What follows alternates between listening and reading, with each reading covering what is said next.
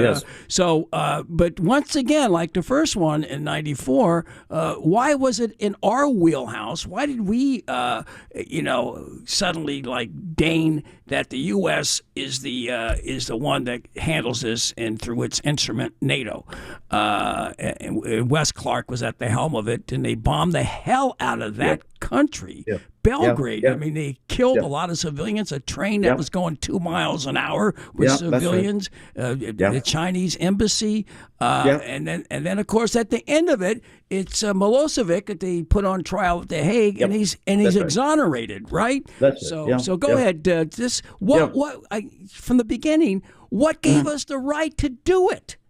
There was no right. There was no right. This was really an opportunity that was opportunity of a lifetime. Following the dissolution of the Soviet Union, the dissolution of the Warsaw Pact, the end of communism in Europe.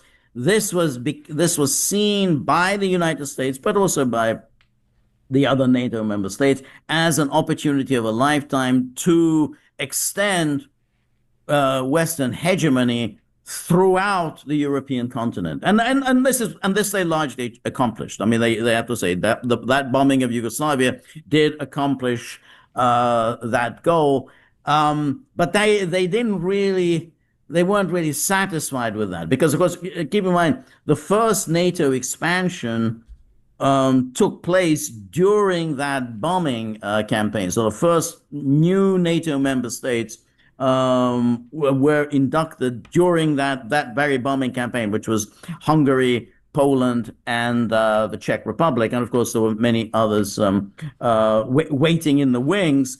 And of course, it was all about pushing NATO right up against the borders of Russia, with the goal of course, encircling Russia with hostile, heavily armed, militarized NATO states. So, when you ask, well, what gave us the right? There was no right.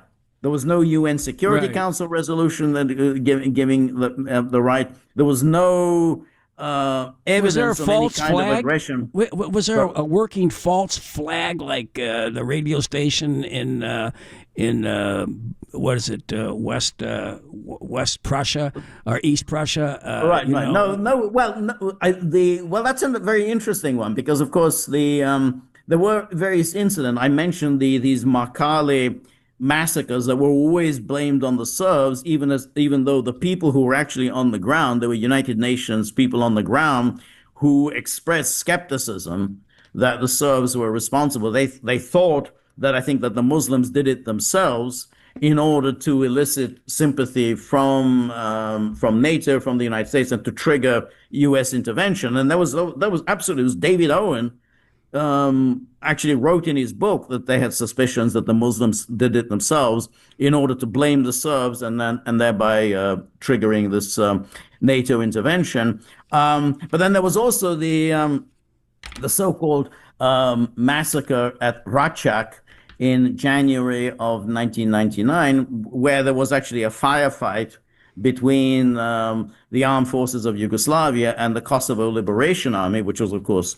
armed, trained, and financed by Germany, United States, and the usual suspects.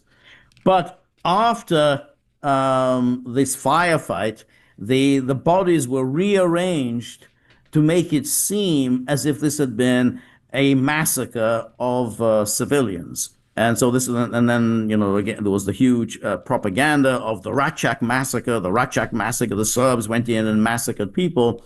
And of course, there was no real evidence of this massacre. They said, hey, well, these are all youngish men. I mean, if it was a massacre, where are the women, children, and whatever? These were young men. And their bodies were arranged in a way to make it seem like a massacre. But you see, when Clinton, again in that speech, said, oh, the Serbs, they lined up all these people, and they shot them at point blank range, women, children, old men. Everything was a lie. Every single thing there was no such event. No, none whatsoever.